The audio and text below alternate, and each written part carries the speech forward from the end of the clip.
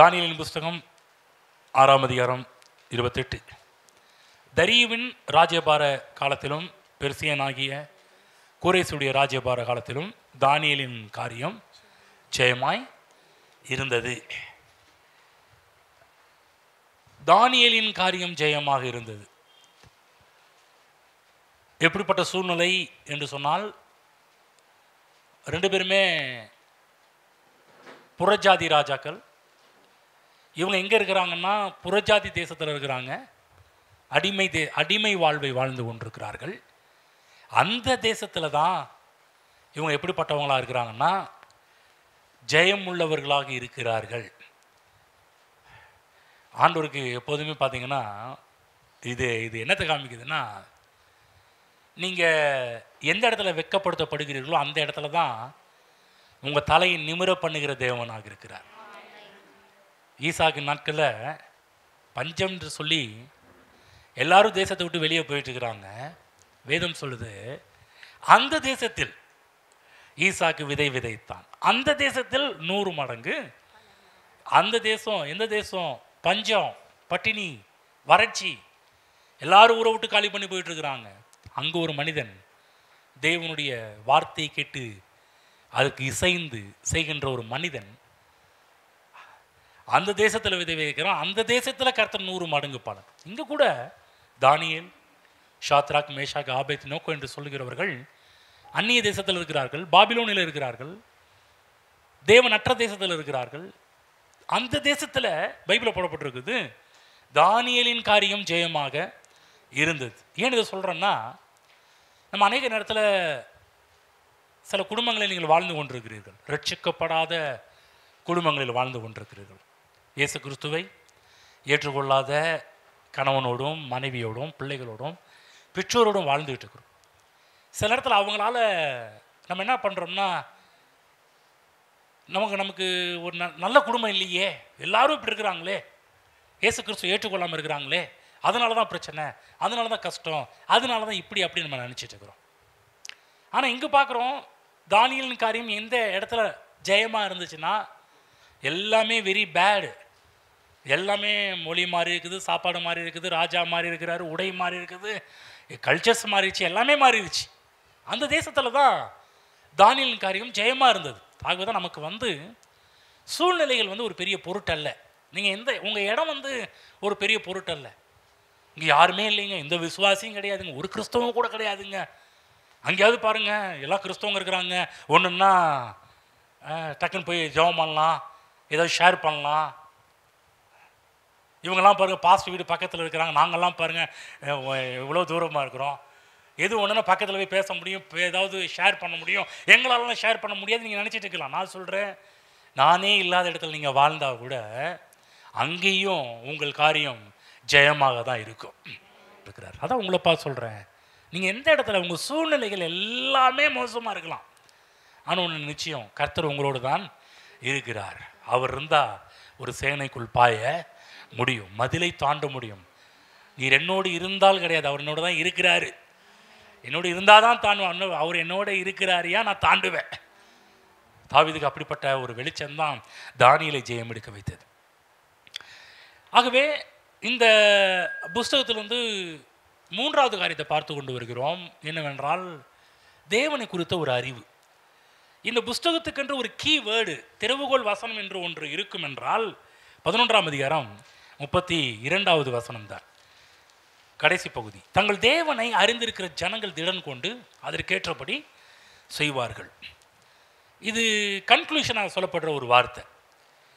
தானியேல் மட்டுமல்ல, அவனோடு கூட சேர்ந்த 3 விசுவாச நண்பர்களும் ஜெயமுள்ள ஒரு வாழ்க்கையை வாழ்ந்தாங்க. இதுக்கு என்ன காரணம்?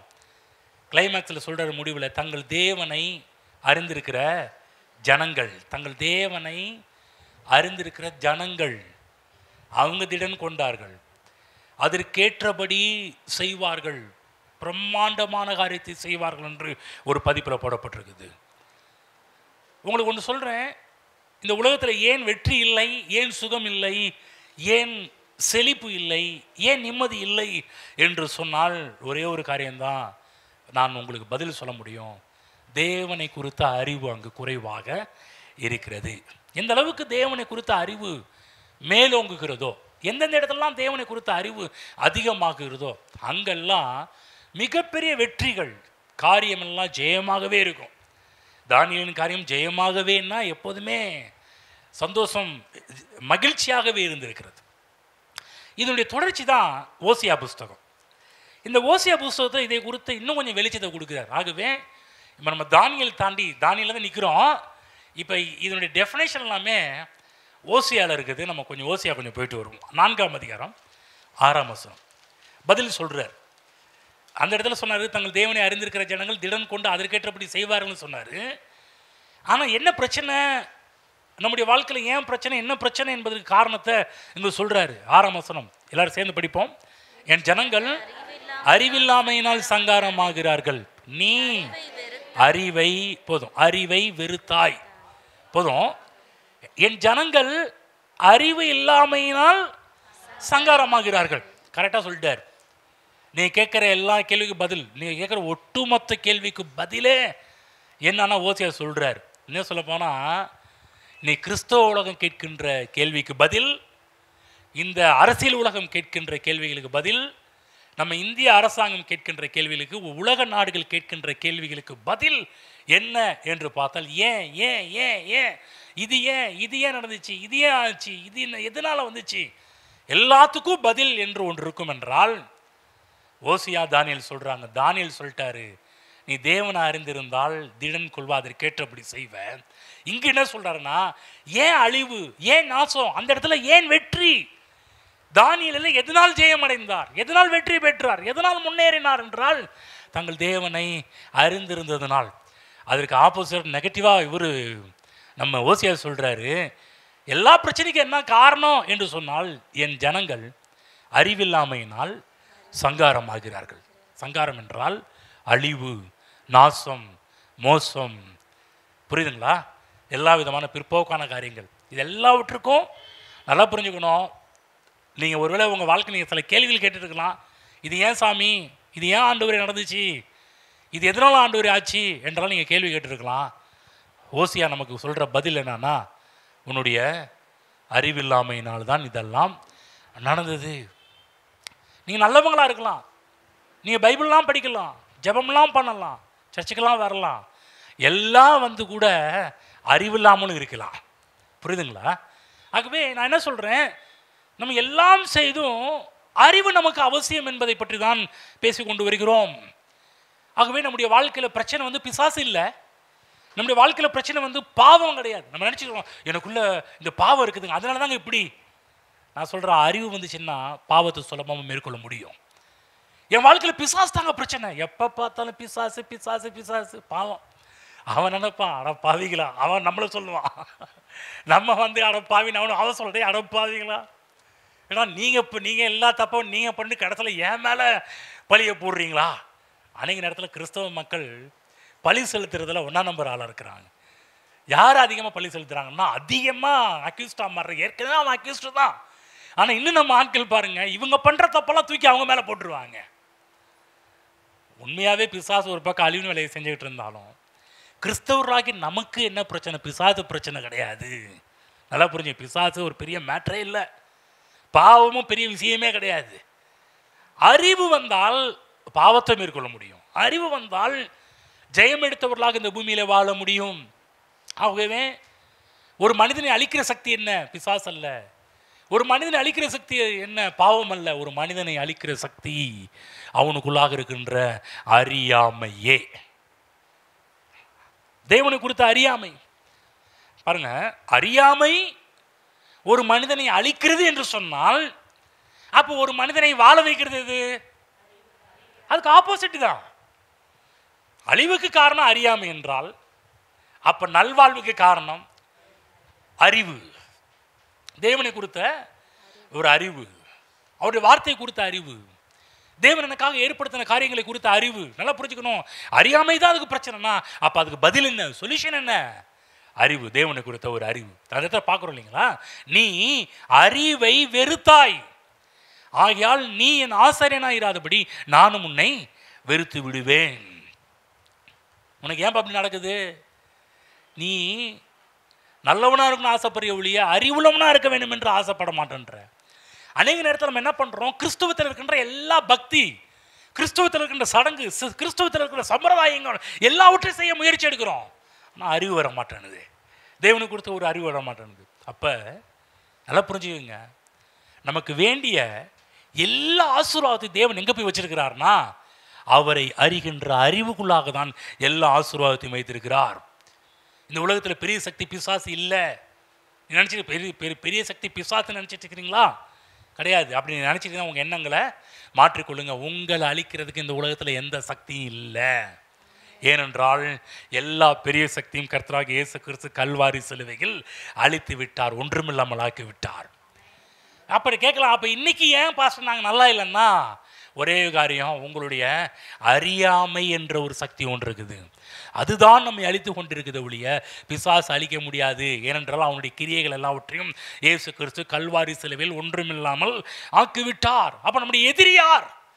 திரும்ப சொல்ற, உங்க எதிரி பிசாசு அல்ல, உங்க எதிரி பக்கத்து வீட்டுக்காரன் கிடையாது, உங்க எதிரி உங்க நண்பர்கள் கிடையாது, உங்க எதிரி பாவம் அல்ல, உங்க எதிரி உங்களுக்குள்ளே இருக்கின்ற அறியாமை. ஆமென். என்ன ஆமை? குளத்தாம ஆத்தாமன் என்ன ஆமை? ஆமை. ஆமென். இந்த ஆமையை மனதில் வச்சுக்கங்க. இந்த ஆமையை மனதில் வச்சுட்டீங்கன்னா என்ன ஆமை? என்ன ஆமை? அறியாமை. ஓகேங்களா? ஆமை மட்டும் பிடிச்சிக்காதீங்க. நான் சொல்றது என்ன, ஆமை டாடா இதை பற்றி சொல்ல, நான் சொல்றது அறியாமை. அப்ப யார் அறியாமல் இருக்கிறார்களோ அவர்களை தான் பிசாசு பிடிக்கிறான். பிசாசு யாரையும் பிடிக்கிறது கிடையாது. யாரை பிடிக்கிறான்? யார் அறிவு இல்லாமல் இருக்கிறாங்க அவங்கள பிடிச்சிக்கிறான். அவங்க ரொம்ப கேர்ஃபுல்லாக இருக்கணும். பல விஷயத்தில் வரக்கூடிய நாட்களை சொல்ல போகிறேன். இன்னைக்கு ஏன் பிசாசுனால் கிறிஸ்தவர்கள் ஏன் பிடிக்கப்படுகிறார்கள் நமக்கு கேள்வி இருக்குது. நான் சில பேர் ஊழியக்காரங்களுக்கும் பிசாசு பிடிக்குது, மூத்த விசுவாசிகளுக்கு பிசாசு பிடிக்குது, இப்போ வந்து ஆளுக்கு பிசாசு பிடிக்குதுன்னா அது எதனால்?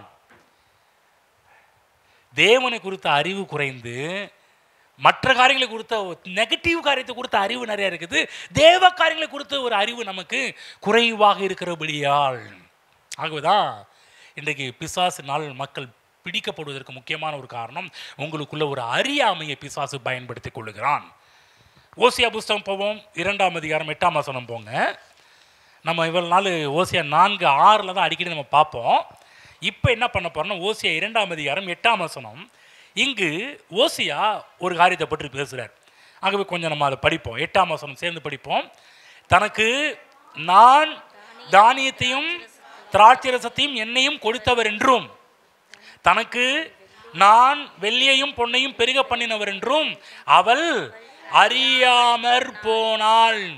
அவைகளை அவர்கள் பாகாலுடையதாக்கினார்கள். கவனமாக கேளுங்க. ஓசியா ஒரு அழகான ஒரு காரியத்தை சொல்றாரு. பொருளாதார விஷயத்தை பற்றி பேசுறார். 2 காரியத்தை டீல் பண்றார் இப்போ புஸ்தகத்தில். அதில் ஒரு விஷயம் பொருளாதார காரியத்தை டீல் பண்றார். ஏன் மக்கள் பொருளாதாரத்தில் பின்னடைவு, ஏன் பொருளாதாரத்தில் மக்கள் வீக்காக இருக்கிறாங்க சொல்றாரு. என்ன சொல்றாருன்னா, தனக்கு நான் வெள்ளியையும் பொன்னையும் பெருக பண்ணினவர் என்று அவள் அறியாமல் போனாள். யார் அவள்? நீங்களா? பெண்கள் கூட்டத்தை பற்றி பேசுறாரா? கிடையாது. சொல்றது இஸ்ரவேல் மக்களை குறித்து வேதம் போதிக்கும் போது பெண்மைக்கு இணையாக சொல்லப்பட்டிருக்கிறது. என்ன சொல்ல போனா, இஸ்ரவேல் என்ற ஒரு வார்த்தை எங்க இருந்து வந்து தெரியுங்களா? சூப்பர். சாராள். இஸ் சாராயேல். இஸ் சாராயேல். இஸ் சாராயேல். சாராள் என்று சொன்னா நீங்க வந்து இதுவரை வேற மாதிரி இருக்கலாம். ஆபிரகாமுடைய மனைவியின் பேரை கொண்டு வந்து தேவன் முழு தேசத்துக்கே பேரை வச்சிட்டார். இஸ்ராயேல். பிரிச்சு பேசணும்னா இஸ்ரவேல் என்ற ஒரு காரியத்தை நம்ம பிரிச்சு எழுதணும்னா எப்படி எழுத முடியும்னா இஸ்ராயேல் என்று சொல்லக்கூடிய ஒரு வார்த்தை. இஸ்ராயேல் தேவன், ஏல்னா தேவன், சாரா. ஆமென். புரிஞ்சுக்கங்க. பெண்மைக்கு இணையாக சொல்லப்பட்ட ஒரு காரியம். அவள் அறியாமல் போனால் இஸ்ரவேல் மக்களை பற்றி பேசுறது.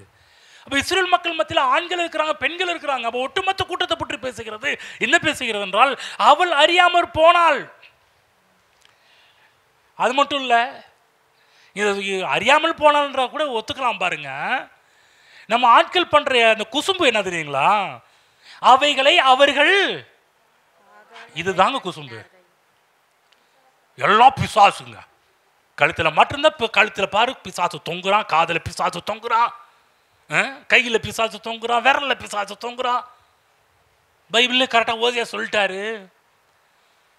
இது அது கூட ஓகே. இது ரெண்டாவது சொன்னாங்க பாருங்க, இது எல்லாமே அவர்கள் பாகாலுடையதாக்கினார்கள். எவ்வளோ பெரிய ஒரு காரியம் பாருங்க, எவ்வளோ பெரிய ஒரு பேட் என்பதை புரிந்து கொள்ள வேண்டும். தேவன் நம்முடைய அத்தியாவசியத்தை மட்டுமல்ல, இவர் சொல்றார் இல்லையா, தனக்கு நான் தானியத்தையும் திராட்சை ரசத்தையும் எண்ணெயையும் கொடுத்தவர் என்றும் சொல்றார். அத்தியாவசியத்தை மட்டும் இல்லை. ஆம்பிளிஃபைட் பைபிள் சொல்லுது, லாவிஸ்ட் சொல்லப்படுற ஒரு வார்த்தை. லாவிஸ்ட் என்ன வார்த்தை? லாவிஸ்ட்னா ஆம்பிளிஃபைட் பைபிள் நீங்கள் எடுத்து படிச்சு பார்த்தீங்கன்னா, அவர் நமக்கு அத்தியாவசியத்தை மட்டும் கொடுக்குறவர் கிடையாதான். எங்க இதெல்லாம் நம்ம சபையில் பதிக்கலாம். வெளியே போய் நீங்கள் வெளியே போய் இப்போ ஆம்பிளிஃபைட் பைபிள் யாராவது ஆப் வச்சுருந்துச்சுன்னா, அந்த ஆப்பில் போய் நீங்கள் எடுத்து பார்த்தீங்கன்னா அந்த லாவிஸ்ட்னு சொல்லக்கூடிய ஒரு வார்த்தை வரும். என்ன, கர்த்தர் அத்தியாவசியமானதை மட்டும் கொடுக்குறவர் கிடையாதான், ஆடம்பரமான வாழ்க்கையும் தருகிறவர். நான் சொல்லல, பைபிளில் ஓசியாட்ட சொல்லிட்டு இதெல்லாம் நான் தரவர் என்பதை அவர் எனக்கு அறியாமல் போயிட்டாப்பா. சபை என்ன பண்ணுச்சு? தேவன் அத்தியாவசியம் மட்டும்தான் கொடுப்பார், ஆடம்பரத்தெல்லாம் கொடுக்க மாட்டார். நான் சொல்கிறேன், ஆடம்பரம் என்பது என்ன? எதெல்லாம் தேவைக்கு அதிகமாக இருக்குதோ. தேவன் எப்போதுமே ஒரு பேரே ஆடம்பர கடவுள் தான். ஒரு பேர் எல்ஷடாய். எல்ஷடாய் என்றது என்ன? தேவைக்கும் அதிகமாக வச்சிருக்கிறவர்னு அர்த்தம். அப்போ என்ன ஆடம்பரம்? சொல்லப்போனால் ஆடம்பரம் முதல்ல கர்த்தர் என்ன ஆண்டவரே உங்களுக்கு இவ்வளோ இருக்குது, ரொம்ப ஆடம்பரமாக இருக்கிறீங்க. யோசிச்சு பாருங்க, வீதியெல்லாம் தங்கம். ஆலிவு சொன்னான் இல்லையா, மண்பானத்தில் தங்கத்தால், மண்பானத்தில் உடஞ்சிருச்சுன்னா மண்பானத்தில் தங்கத்தை வச்சு முலாம் பிடிச்சி பூச முடியுது. ஆனால் இவரு பாருங்க, யார் ரோட்டுக்கு தங்கத்தை போட முடியும்? ஏங்க சொல்லுங்கள், யாருங்க ரோட்டுக்கு தங்கத்தை போட முடியும்? நீங்கள் போட முடியுமா? அடப்பாங்க பாஸ்டர், ஒரு குண்டு மணி வாங்க முடியல, இதில் ரோட்டுக்கு வேறு தங்கத்தை போட சொல்கிறீங்க. நம்ம நான் சொல்ல போனால், பைபிள் இருந்து தேவன் வீதியெல்லாம் தங்கத்தோடு வச்சிருக்கிறார். ஆமென். ஆகவே நல்லா புரிஞ்சுக்கணும், தேவன் அத்தியாவசியத்தை மட்டும் இல்லை, தானியத்தை திராட்சையத்தையும் எண்ணெயும் கொடுத்தவர் மட்டுமல்ல, வெள்ளியையும் பொன்னையும் பெருக பண்ணினவர் என்றும் அவள் அறியாமற் போனாள். இவைகளை பாகாலுடையதாக்கினார்கள் என்று அங்கே போடப்பட்டிருக்குது. நான் சொல்கிறேன், என்றைக்கு உங்களுக்கு அறிவு வருதோ அன்னைக்கு அது உங்களுடையதாக மாறும், பாகாலுடையதாக மாறாது. பாருங்க, இஸ்ரவேல் ஜனங்கள் ஒரு காலகட்டத்தில் எகிப்து என்ற தேசத்தில் ஒன்றுமில்லாத ஆட்களாக, பார்வோனுக்களாக அடிமை வாழ்க்கையை வாழ்ந்து கொண்டிருந்தார்கள். ஒரு பாஸ்டர் மோசஸ், நம்மை போன்ற எங்கனை போன்ற ஏஎஃப்டி சபையை போன்ற ஒரு பாஸ்டர் மோசஸ் எழும்பி செழிப்பை பற்றி போதிக்க ஆரம்பிக்கிறார். இன்னைக்கு மோசஸ்லாம் இருந்தாருன்னா அவரையும் ஒரு முத்திரை கொத்திருப்பாங்க. என்ன முத்திரை? இவரெல்லாம் செழிப்பின் பிரசங்கியார், மோசஸ் ஒரு கள்ள உபதேசியார், இதெல்லாம் ஏற்றுக்கொள்ளாது. இன்னைக்கு ஒரு மோசஸ் இருந்தார்னா மோசைக்கு வேற பேர்லாம் கொடுத்து அவரை ஒரு வழி ஆக்கியிருப்பாங்க.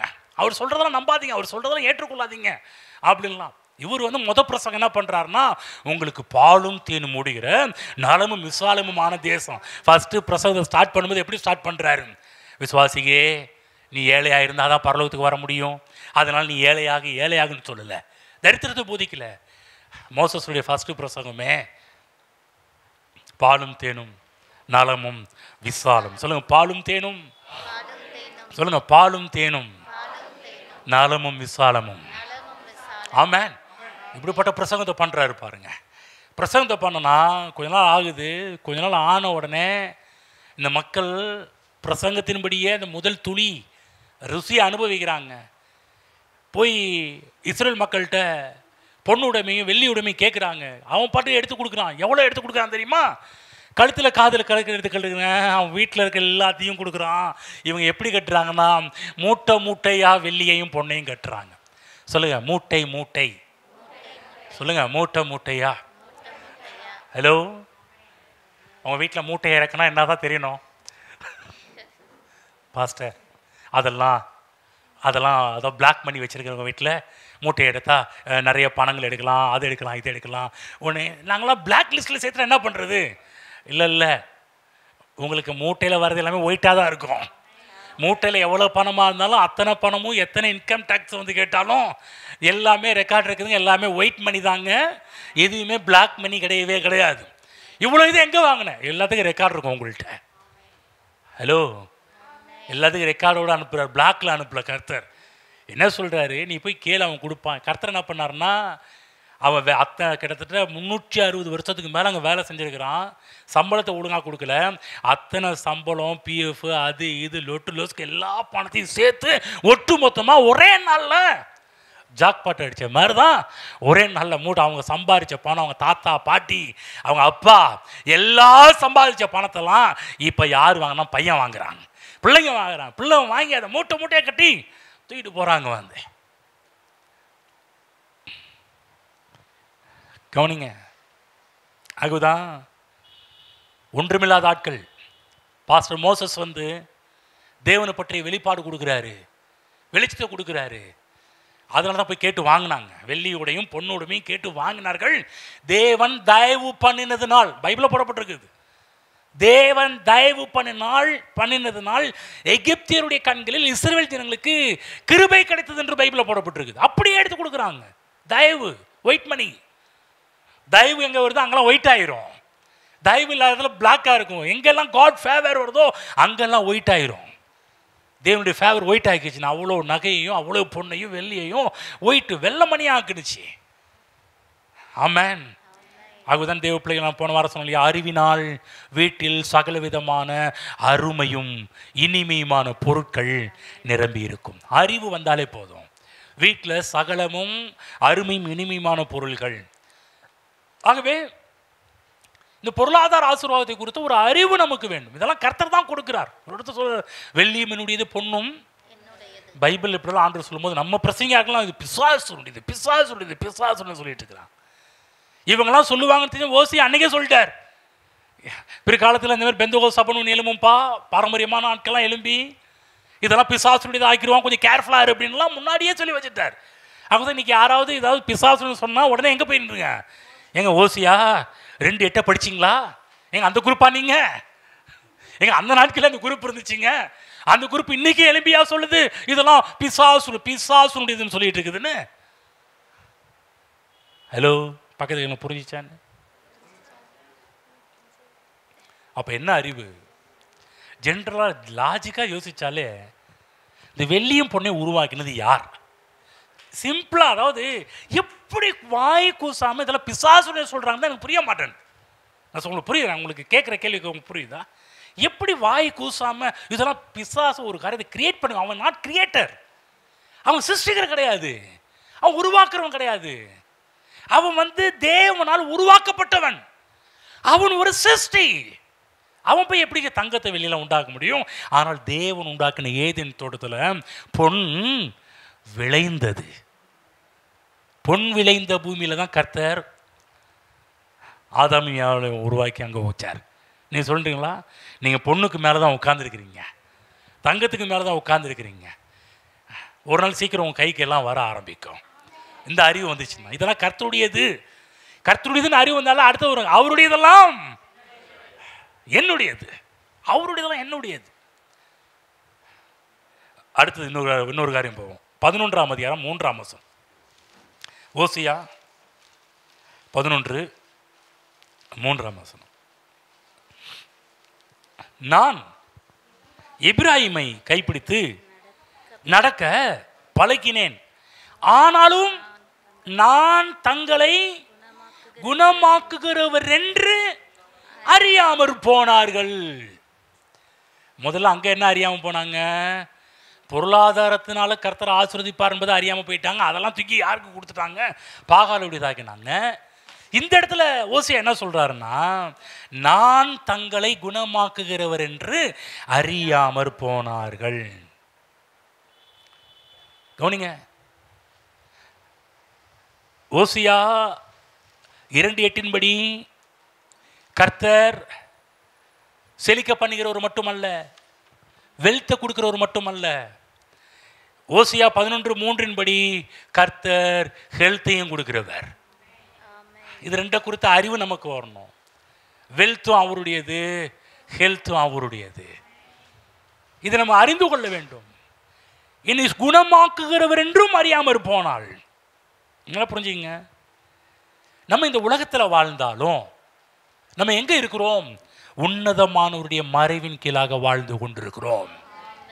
நம்முடைய இடத்தை புரிஞ்சுக்கணும். நீ வேற எங்கேயோ ஒரு இடத்துல இல்லை, கர்த்தர் எங்கேயோ கொண்டு போய் வைக்கல.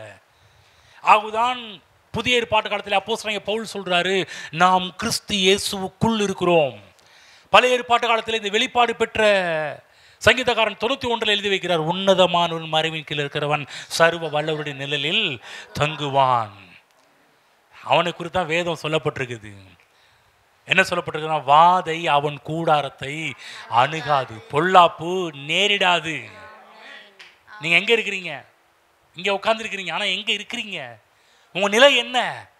நான் உன்னதமானவரின் மறைவிற்குள்ளாக இருக்கிறேன், நான் கிறிஸ்துவுக்குள்ளாக இருக்கிறேன், கிறிஸ்துவுக்குள் வாழ்ந்துகிட்டு இருக்கிறேன். அப்ப அந்த வாதையின் கூடாரத்தை அணுகாது, பொல்லாப்பு எனக்கு நேரிடாது. ஏன் எனக்கு நேரிடாது? ஏன் வாதையின் கூடாரத்தை அணுகாது? இது சும்மா இது பேசிட்டு போற, சும்மா பாடிட்டு போற ஒரு வார்த்தை கிடையாது. நான் கிறிஸ்துவுக்குள்ள இருக்கிறேன், அது நிமித்தமாக வாதையின் கூடாரத்தை அணுகாது. நான் கிறிஸ்துவுக்குள்ள இருக்கிறேன், அது நிமித்தமாக பொல்லாப்பு எனக்கு நேரிடாது. அவருக்குள்ள நான் இருக்கிறேன்னா அது உன்னை அணுகாது. பக்கத்துல சொல்லுங்க, உன்னை அணுகாது, தீமை உன்னை அணுகாது. ஆமென். அதே அதிகாரத்தில் கடைசியில் பார்த்தீங்கன்னா, நீதிமனை திருப்தியாக்கி என் ரட்சிப்பை எல்லாம் அவனுக்கு நான் காண்பிப்பேன். சொல்லுங்க, நீடித்த நாட்கள். நல்லா சொல்லுங்க, நீடித்த நாட்கள். நீடித்த நாட்கள்னா என்ன அர்த்தம் என்பதை கொஞ்சம் கேளுங்க. இன்னைக்கு ஒரு காரியம் சொல்றேன், பல காரியங்களை உங்களுக்கு சொல்லியிருந்தா இன்னைக்கு ஒரு குழு கொடுக்குறேன். நீடித்த நாட்கள் என்றால் போதும் போதும் என்ற அளவுக்கு வாழ்வீங்க. சில பேர் இது டபுள் மீனிங்கே எடுத்துக்க முடியும். போதும் என்ற வார்த்தையை 2 மீனிங்கை நெகட்டிவாக எடுத்துக்க முடியும், பாசிட்டிவாக எடுத்துக்க முடியும். நீங்கள் நெகட்டிவில் போகாதீங்க. நம்ம சர்ச்சை எப்போதும் பாசிட்டிவில் போகிறதுனால நீங்கள் பாசிட்டிவாக எடுத்துக்கிங்க. நெகட்டிவ் என்னன்னா, அட போதுங்க, இனிமேட்டு வாழ்ந்து என்ன பிரயோஜனம், இருந்து என்ன பிரயோஜனம், செத்தா போதும் போனா போதும். அது அந்த போதும் நான் பேசலை. அது வீட்டிலலாம் இல்லாத போது சரி போதும் நான் கொஞ்சம் அட்ஜஸ்ட் பண்ணிக்கிறேன், அது ஒன்று இருக்குது. புரியுதா? வீட்டில் மனைவி கண்ணை காமிப்பாங்க, அப்படி கண்ணை காமிச்சாலே புரிஞ்சுக்கணும், நீ லாஸ்ட்டாக சாப்பிட்ணும், முதல்ல வந்தவங்களுக்கு முதல்ல சாப்பிட்றப்ப நீங்கள் கடைசியாக ஏதாவது கேட்கணுன்றது கண்ணை பார்த்தாலே புரிஞ்சிடணும். அவங்க ஆக்ஷன் பண்ணும்போது அடுத்தது வேணுமான்னு கேட்க இன்னொன்று கொண்டு வந்து கொடுன்னு சொல்லி கேட்டுக்க கூடாது. இன்னொன்று இருக்குது, நிறைய இருக்குது. அது நிமித்தமாக போதும் என்று சொல்றது இருக்குது, பற்றாக்குறை நிமித்தமாக போதுமா இப்போ போதும் இருப்பேக்கா அப்படின்னு சொல்கிற விதமும் ஒன்று இருக்கிறது. இது என்னன்னா, தேவன் நீடித்த நாட்கள் அவங்களை திருப்தி ஆக்குறான்னு என்ன அர்த்தம்னா, நீங்களே பார்த்து போதும் என்று சொல்லக்கூடிய அளவு கர்த்தர் திருப்தி ஆக்குவார். வெறுத்து போதும் என்று அல்ல, சந்தோஷமாக செய்து முடிச்சுட்டு, எல்லாவற்றையும் செஞ்சு முடிச்சுட்டு. பவுலை போல சொல்லுவீங்க, இந்த தேகத்தை விட்டு பிரியும் காலம் வந்தது, இப்பொழுதே பானபலியாக வார்த்து விட்டேன். நான் இல்லை, எனக்குரிய எல்லா காரியத்தையும் கொடுத்துட்டேன், தேவனுடைய திட்டத்தை நான் முழுமையாக நிறைவேற்றி முடித்து விட்டேன், இப்போ ரெடி ஆகிட்டேன், நான் அப்பா வீட்டுக்கு போகிறதுக்கு ரெடி ஆகிட்டேன்னு சொல்கிறேன். அந்த டைம், அந்த போதும். அதுக்கு முன்னாடி யாரும் இங்கே போதும்னு சொல்லக்கூடாது. இப்போ சொல்லுங்க, தொலைச்சி போடுவேன். பக்கம் சொல்லுங்க, என்னங்க திட்ட மாட்டீங்களா? நான் பாசிட்டிவாக திட்ட சொல்கிறேன், நெகட்டிவாக திட்டுறது வேற, அது வேற கணக்கு. பக்கம் சொல்லுங்க, தொலைச்சிருவேன். போதும் நீங்கண்ணா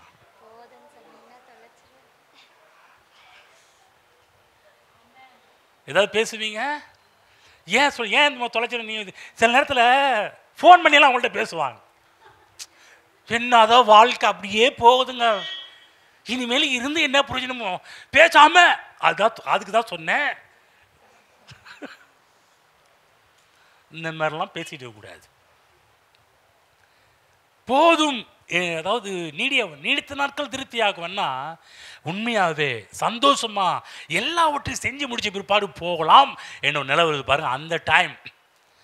அந்த டைம் வந்துருச்சா அப்போ நீங்கள் சொல்லலாம், போதும் ரெடி ஆகிட்டான், பாஸ்டர் ரெடி ஆகிட்டேன், இப்போ நான் ரெடி ஆகிட்டேன்னு நீங்கள் சொல்லலாம். நீங்கள் இப்போ ரெடி ஆகிட்டேன்னு சொன்னால் நான் கொஞ்சம் நிறைய டெஸ்ட்லாம் வைப்பேன். ஏன்ட்ட யாரும் போதுன்னு சொல்லி பாருங்க, நிறைய டெஸ்ட் இருக்குது உங்களுக்கு. ஏன் லேபுக்கு வந்தணும், லியோ ஆண்டனி லேபுக்கு வந்தாகணும். லேபுக்கு வந்து நான் டெஸ்ட் எடுப்பேன். போதும் இப்போ ரைட்டுங்க நீங்கள் போகலான்னு சொன்னால் அப்போ தான் விடுவேன், இல்லைன்னா விடவே மாட்டேன். ஹலோ, என்கிட்ட வந்து ரிப்போர்ட்டு கேட்க வந்தீங்கன்னா ரிப்போர்ட்டில் உங்கள் ரிப்போர்ட் நெகட்டிவாக தான் வரும். நீங்கள் போகிறதுக்கு பாசிட்டிவ்ன்ற வார்த்தை வரவே வராது. அப்போ மக்கள் நம்ம ஆட்கள் இருக்காங்கல்ல, எப்போதுமே நம்ம சில விசுவாசிங்க குசுமம் பிடிச்ச விசுவாசிங்க இருக்கிறாங்கல்ல, அப்புறம் எதுக்குங்க 90ஆவது சங்கீதத்தில் 70 வயசு பலத்தின் மிகுதியால் 80 வயசுன்னு எழுதப்பட்டிருக்கணும்? அதுக்கு பைபிள் எழுதப்பட்டிருக்கணும். அவங்க சொல்கிறது கரெக்டு தானே. இப்போ 70 வயசுக்கு மேலே பாருங்க, என் உடம்ப பாருங்க, இந்த படிக்கட்டில் ஏறி வர முடியுதாயா? ஒரு கீழே சர்ச்சி வச்சிருந்தா கூட அழகா உள்ள பூந்துடலாம். இந்த படிக்கட்டு மேலே ஏறி வர முடியலையா? ஹலோ,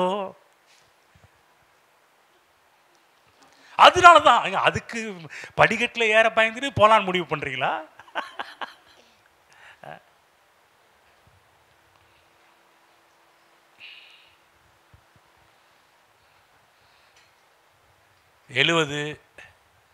ஆயுசு நாட்கள் 70 80ன்னு சொல்றாரே, அது யாருக்கு, எந்த கூட்டத்துக்கு பற்றி பேசுறார்? அந்த வசனத்திலே முன்னாடி பின்னாடி நீங்க படிச்சு பார்த்தீங்கன்னா துன்மார்க்கமாக வாழ்ந்த மக்களை பற்றி பேசுறார். தன்னுடைய வாழ்க்கையை பாவ வாழ்க்கையா வாழ்ந்த மக்களை பற்றி பேசுறார். அவர்களுடைய முடிவு தான் 70 வயசு பலத்தின் மிகுதியால் 80 வயசு. ஆனால் 91 துன்மார்க்கனுக்குரிய சங்கீதம் அல்ல, நீதிமானுக்குரிய சங்கீதம். ஆமென்.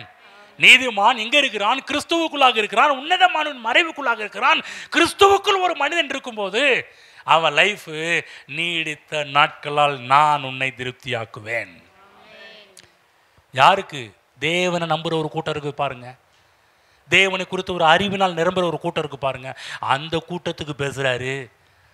நீ போதும் போதும் என்ற அளவுக்கு எல்லாவற்றையும் செஞ்சு முடிச்சிட்டேன், எல்லாம் முடிஞ்சாச்சு, என் கடமை, தேவன் என்னுடைய வாழ்க்கையில் வைத்த நோக்கம், திட்டம், தரிசனம், பிளான், லக்கு எல்லாவற்றையும் செஞ்சு முடிச்சிட்டேன், இப்போ ஐ எம் ரெடி என்று சொல்லக்கூடிய நிலைமை வந்துருச்சுன்னு சொல்கிறீங்க பாருங்கள். எனக்கு தெரியும் எத்தனையோ ஊழியக்காரர்கள் எழுதி வச்சிருக்கிறாங்க, அவங்க எல்லாம் முடிச்ச பிற்பாடு அவங்களே அழகாக போய் சேரில் உட்காந்துலாம் தேவன்கிட்ட போயிருக்கிறாங்க. எல்லாம் கரைச்சி செய்து முடிச்சிட்டு பிற்பாடு இப்போ முடிஞ்சிருச்சு, என் வேலை முடிஞ்சிருச்சின்னு சொல்லியெல்லாம் அழகாக போய் தங்கள் நாட்களை அறிந்தார்கள், தேவன்கிட்ட போகக்கூடிய நாட்களெல்லாம் அறிந்தார்கள், நீடித்த நாட்கள்லாம் வாழ்ந்தாங்க இந்த பூமியில் எங்க புரியுதுங்களா?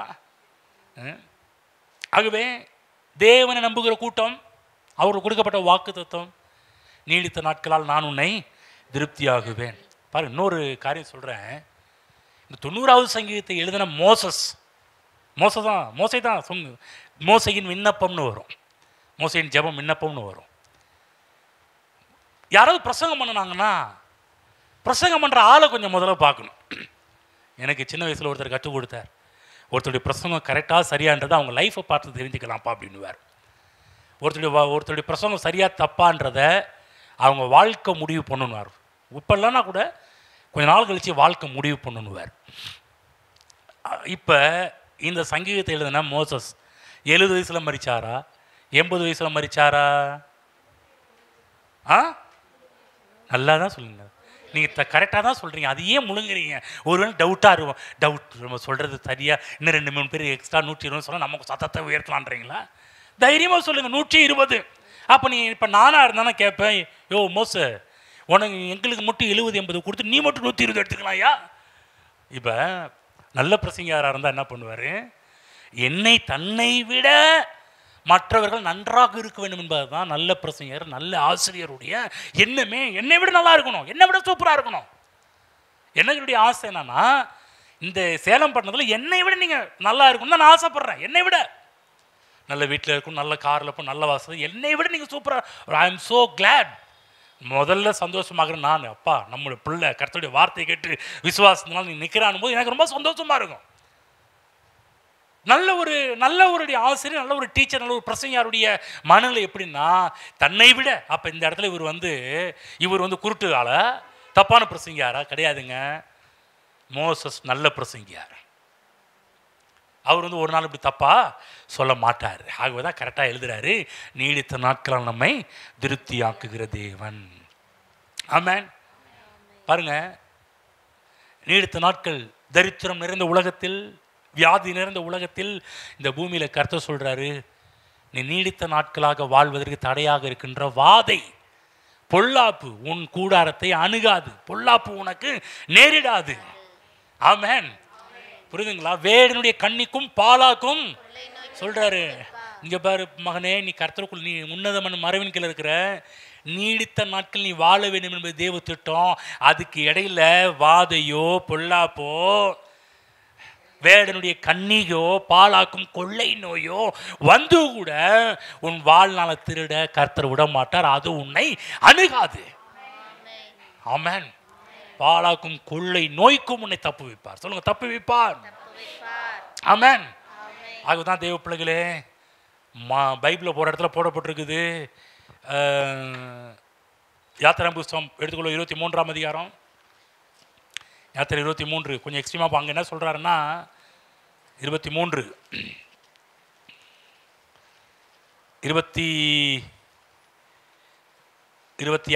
25 படிக்கிறேன். உங்கள் தேவனாகிய கர்த்தரையே சேவிக்க கடவீர்கள். அவர் உன் அப்பத்தையும் உன் தண்ணீரையும் ஆசீர்வதிப்பார். வியாதியை உன்னிலிருந்து விலக்குவார். கர்ப்பம் விழுகிறதும் மலடும் உன் தேசத்தில் இருப்பது இல்லை.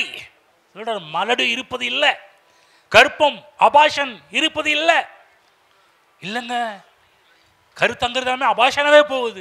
கர்ப்பம் விழுகிறது இருக்காது, மலடு இருக்காது. வியாதியின் படுக்கை எடுத்துக்கொண்டு நடக்கிறவர்கள். புரியுதுங்களா?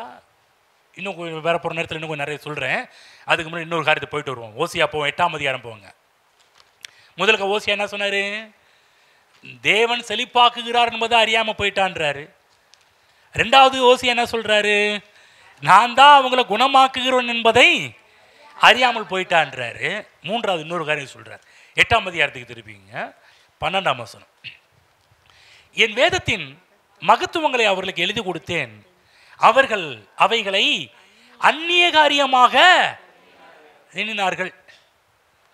ரோமன் கேத்தலிக் பைபிள் இருக்கு பாருங்க, அதில் சொல்லப்பட்டிருக்கு, ஏனோ தானே எண்ணினாங்கப்பா, எழுதி கொடுத்தவா ஏனோ தானே எடுத்துக்கிட்டாங்க அந்த வார்த்தையெல்லாம் அப்படின்னு அப்படி எழுதப்பட்டிருக்கு. கவனமாக கேளுங்க. வேதத்தின் மகத்துவங்களை அந்நிய காரியமாக எண்ணினார்கள், அறியாமல் போனார்கள்.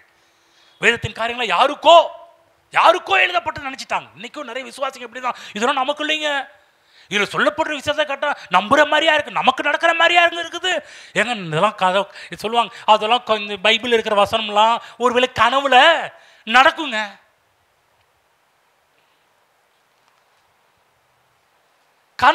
கனவுல பண்ணலாங்க, வித்தையெல்லாம் கனவுல பண்ணலாம். ஏங்க அதெல்லாம் நிஜத்தில் நடக்கிற காரியங்களா அப்படின்னு அதை மாதிரி சொல்றாரு.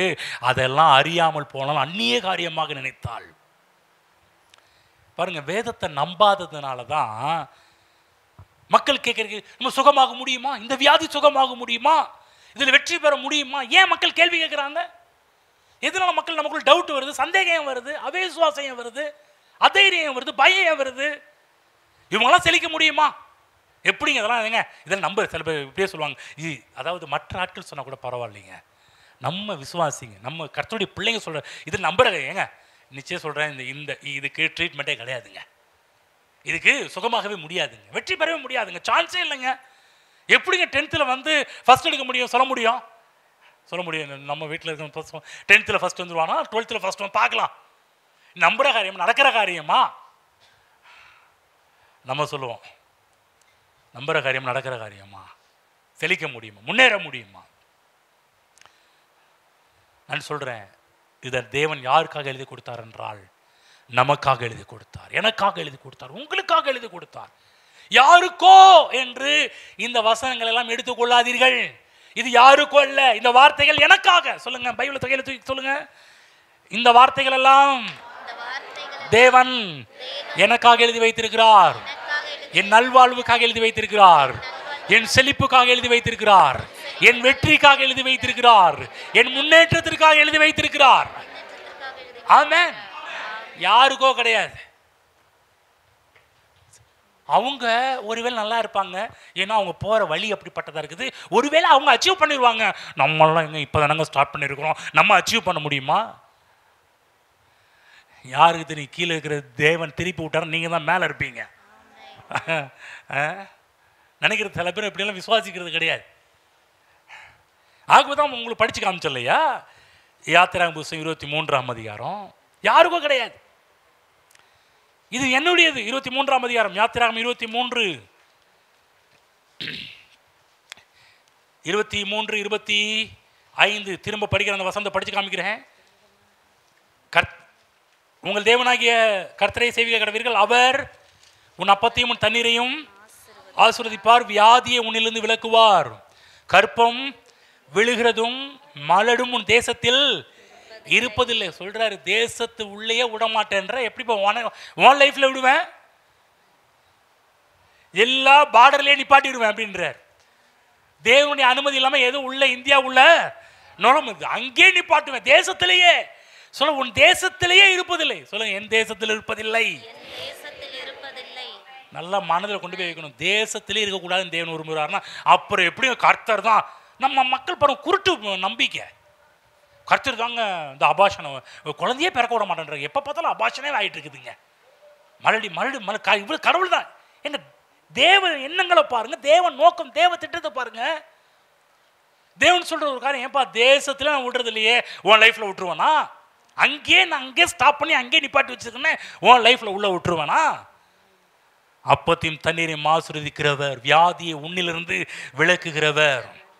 வியாதியை உன்னிலிருந்து விளக்குறவர்னா ஒருவேளை காய்ச்சலை விளக்குவாருங்க, தலைவலியை விளக்குவாருங்க.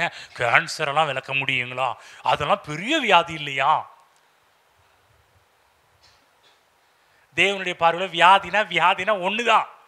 பெரிய வியாதியோ சின்ன வியாதியோ, நாங்கள் பாவம்னா பெரிய பாவம் சின்ன பாவம் இருக்குதா? பாவம்னா ஒன்று தான். அது நீங்கள் சின்ன பாவம் செய்தா என்ன, பெரிய பாவம் செய்தா என்ன?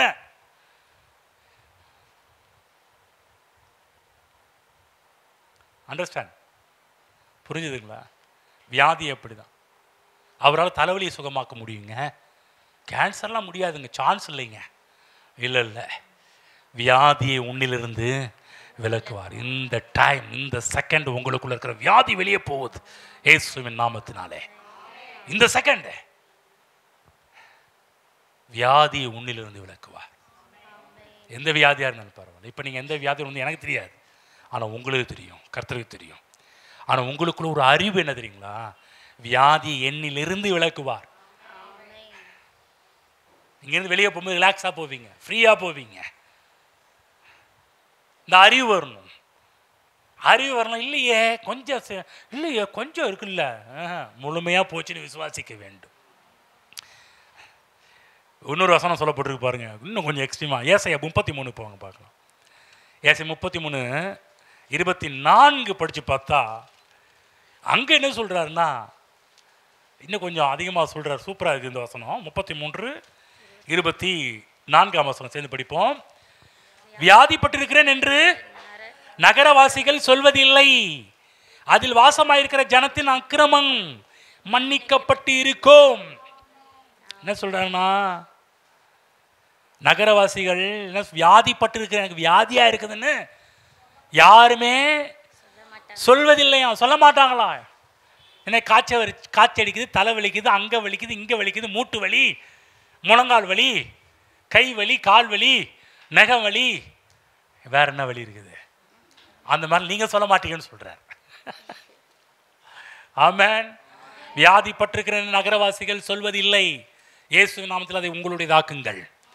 நானும் சொல்லுவேன், நானும் சொல்கிறேன், நான் வியாதி, எனக்குள் வியாதி இல்லை, எனக்குள் வியாதி இல்லை. என்னில் இருக்கிற வியாதியை தேவன் அகற்றி விட்டார். ஆமென். இயேசு கிறிஸ்து நாமத்தில் இப்போது உங்கள் சரீரத்தில் அற்புதங்கள் நடப்பதாக. ஆமென். வியாதி பலவீனங்கள் நீங்குவதாக, மறைந்து போவதாக. In the name of Jesus. ஆமென். இயேசு கிறிஸ்து நாமத்தில் இந்த வேளையில உங்களுடைய கடன்கள் ரத்து பண்ணப்படுவதாக. ஆமென். விசுவாசிக்கணும். தேவன் கடன்களை ரத்து செய்யும் தேவன். நீயும் அநேக ஜாதியில் கடன் கொடுப்பாய். வசனத்தை எடுத்துக்கொள்ளுங்கள். ஆகுதான் நோயற்ற ஒரு வாழ்வு உங்கள் சரீரத்தில் உண்டாயிருப்பதாக. தேவனுடைய விருப்பம் அதுதான். ஆகுதான் இயேசு சொன்னார், இந்த ராஜ்யத்தின் சுவிசேஷத்தை எல்லா இடத்துலையும் போய் பிரசங்கம் பண்ணுங்கன்னார். பிரசங்கம் பண்ணும்போது இன்னொன்று சொன்னார், ராஜ்யத்தின் சுவிசேஷத்தை கொண்டு போவது வியாதிகளை சொஸ்தமாக இலவசமாய் பிச்சீர்கள், இலவசமாய் கொடுங்கள். நான் என்னெல்லாம் சொல்கிறேன் அதெல்லாம் போய் செய்யுங்கன்றார் வந்து. ஆமென். ஆகுதான் தேவ பிள்ளைகளே, வியாதி சுகமாகுகிற எல்லா இடங்களுமே அது எப்படிப்பட்ட இடம் தான்? அப்போ அது எப்படிப்பட்ட இடம் என்றால் அது தேவனுடைய ராஜ்யம் விளங்குகிற இடம். ஆமென். பாவம் பெருகின இடத்துல கிருபை பெருகுது. நான் சொல்கிறேன், வியாதி நிறையா இருக்குதா? தேவனுடைய கிருபை விளங்கி உங்களுக்குள்ள இருக்கிற எல்லா வியாதியும் ஒன்றுமில்லாமல்லாக்கும். எதெல்லாம் பெருசு நீ நினைக்கிறீங்களோ, நான் சொல்கிறேன் அதை விட பெருசு தேவனுடைய கிருபை. அது இந்த கிருபை இருந்தால் போதுங்க. உங்கள் வாழ்க்கையில் இருக்கிற பிற்போக்கான எல்லா காரியத்தையும் உங்கள் வாழ்க்கையில் ஒன்றுமில்லாததாக்கி விடும். ஆமென். எபேசியர் 1:3 3 போவோம். இன்னும் கொஞ்சம் மேலோட்டு இன்னும் கொஞ்சம் இந்த அறிவை பற்றி இன்னும் கொஞ்சம் பார்ப்போம் பாருங்கள். எபேசியர் 1:3 திருப்பிக் கொள்வோம். அங்கு அப்போஸ்தலனாகிய பவுல் தானியேல் மட்டுமல்ல, ஓசியா மட்டுமல்ல, அப்போஸ்தலனாகிய புதிய ஏற்பாட்டு காலத்தில் பவுல் கூட அதே வெளிச்சத்தை கொடுக்கிறார்.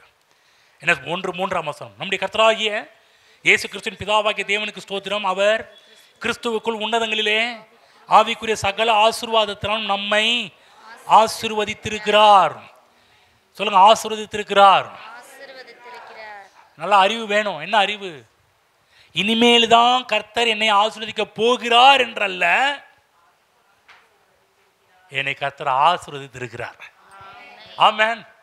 இனிமேல் தான் ஏதாவது செஞ்சு உங்களை ஆசீர்வதிக்க போறாருன்னு கிடையாது. நீ வெயிட் பண்ண வேண்டிய அவசியமும் கிடையாது. இயேசு கிறிஸ்து கல்வாரி சிலுவையிலே எல்லாம் முடிந்தது. நம்முடைய வாழ்க்கையில் நமக்கு கொண்டு வர வேண்டிய எல்லா காரியத்தையும் கர்த்தராகிய இயேசு கிறிஸ்து கல்வாரி சிலுவையில் செஞ்சு முடிச்சிட்டாரு. இப்ப அவருடையது எல்லாமே நம்முடையதாக மாறிவிட்டது. ஆகவே பவுல் சொல்றாரு, கிறிஸ்துவுக்குள் உன்னதங்களில் இருக்கிற ஆவிக்குரிய சகல ஆசீர்வாதத்தில் நம்மை ஆசீர்வதித்திருக்கிறார். சொல்லுங்க, சகல.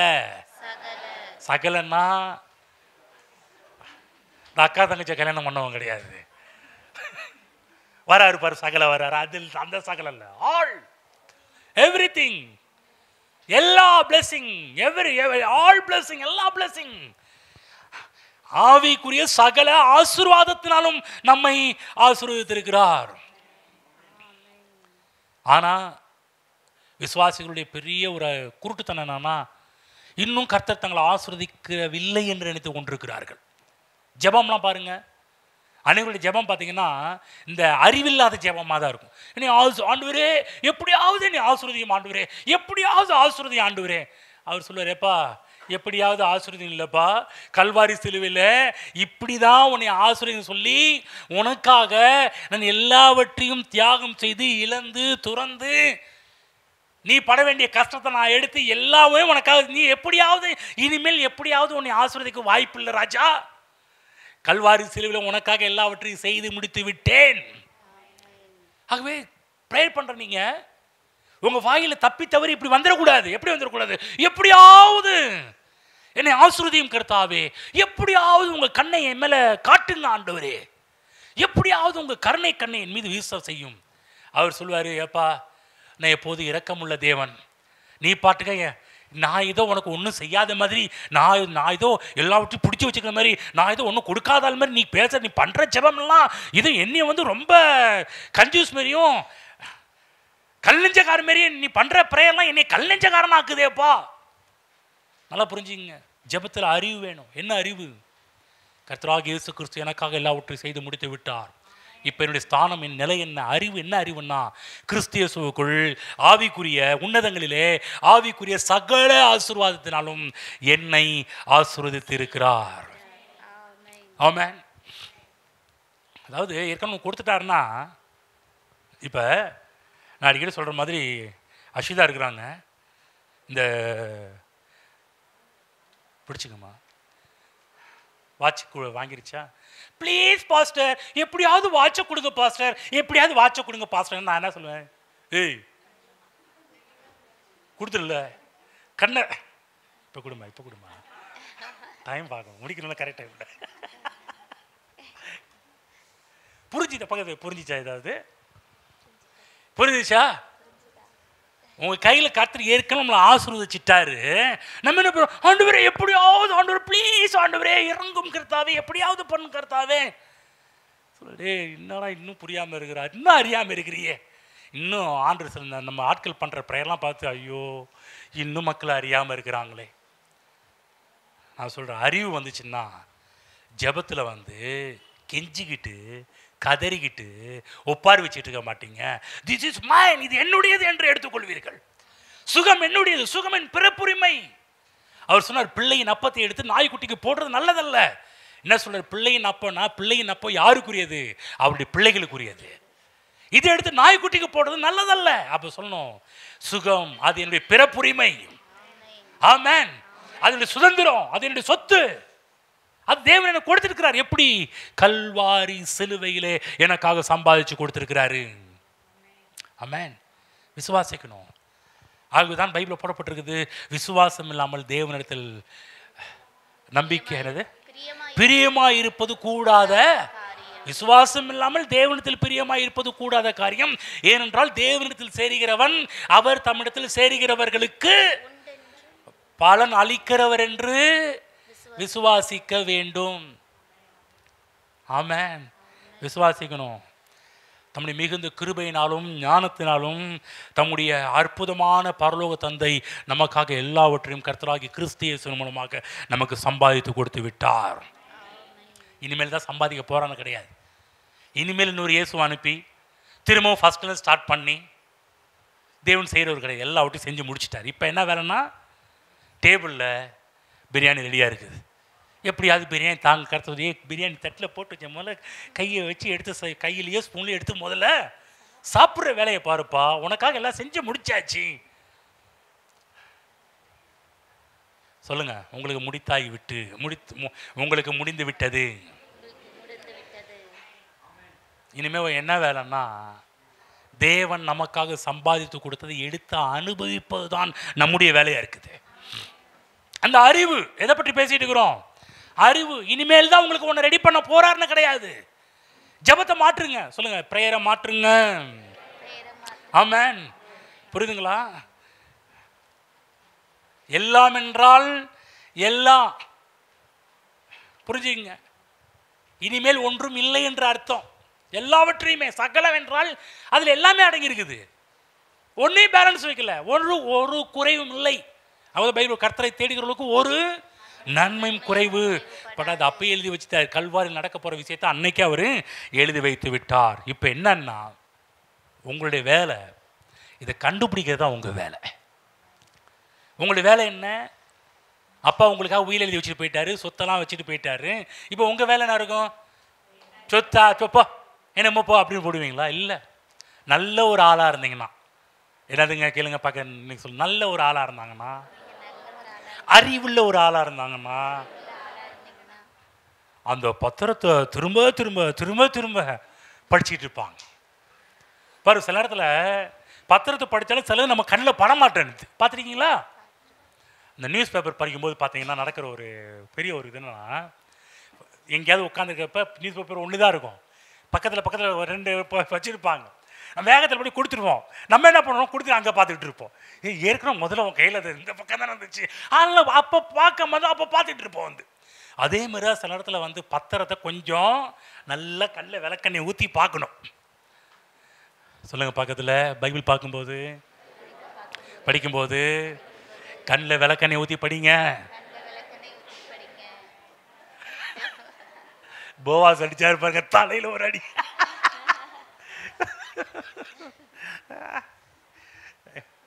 ஹலோ, வீட்டில் போய் எப்படி பண்ணிடாதீங்க. அப்புறம் பைபிள்லாம் என்னையா போய் பாஸ்ட் நீங்கள் சொல்லி தான் விளக்கெண்ணெய் வச்சு தடவை விடனா, அப்புறம் பைபிள் தொட்டேன்னா அப்புறம் எறும்பு வச்சு எண்ணெயை எது சொல்கிறேன்னா கொஞ்சம் நல்லா கொஞ்சம் விளக்கண்ணி ஊற்றி இல்லை, அந்த மாதிரி பைபிளை படிக்கும்போது ஒன்றையும் மிஸ் பண்ணிடாதீங்க, கோட்டை விட்டுறாதீங்க.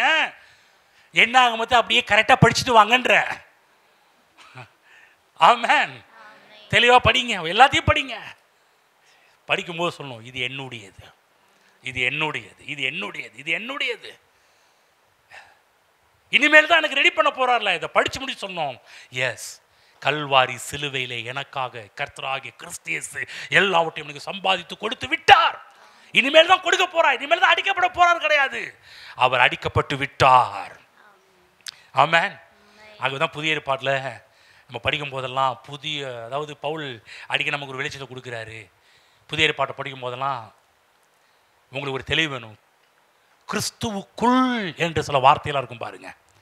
இன்னும் கொஞ்சம் டைம் ஸ்பெண்ட் பண்ணி புதிய ஏற்பாட்டை படிக்கும்போது எங்கேயெல்லாம் கிறிஸ்துவுக்குள், அவருக்குள், அவர் மூலமாக என்ற வார்த்தையில் வரும்போது கொஞ்சம் அண்டர்லைன் பண்ணி அங்கிருந்து ஒரு காரியத்தை படித்து பாருங்க. 17 வசனம். ஒருவன் எங்கிருந்தால் கிறிஸ்துவுக்குள் இருந்தால் என்னவாக இருக்கிறான்? பழையவர்கள் ஒளிந்து போயின. அப்ப நீங்க எங்க இருக்கிறீங்களா? ஒருவன் கிறிஸ்துவுக்குள் இருந்தால். இப்ப நீங்க சொல்லணும்னா அவருக்குள்ளதான் இருக்கிறேன். அதனால நான் புது சிருஷ்டி. அப்புறம் படிங்க பார்க்கலாம். 21 2 காரியம் மட்டும் படிப்போம். நாம் அவருக்குள், யாருக்குள்? கிறிஸ்துவுக்குள் தேவனுடைய நீதியாகும்படிக்கு பாவம் அறியாத அவரை. 2 காரியம், அதாவது நிறைய விஷயம் இருந்தாலும் கொஞ்சம் மேலோட்டமாக இருக்கிற 2 விஷயம் என்னன்னா, இப்போ நீங்கள் எங்கே இருக்கிறீங்களா? கிறிஸ்துவுக்குள்ள இருக்கணும். கிறிஸ்துவுக்குள்ள இருப்பதால் 2 காரியம் இந்த பகுதியில் 2 விஷயம் வருது. என்னது? முதலாவது, புது சிருஷ்டியாக இருக்கிறேன். நான் கிறிஸ்துவுக்குள்ள இருக்கிறதுனால நல்லா புரிந்துக்கணும், நான் புது சிருஷ்டி. சொல்லுங்க, புது சிருஷ்டி.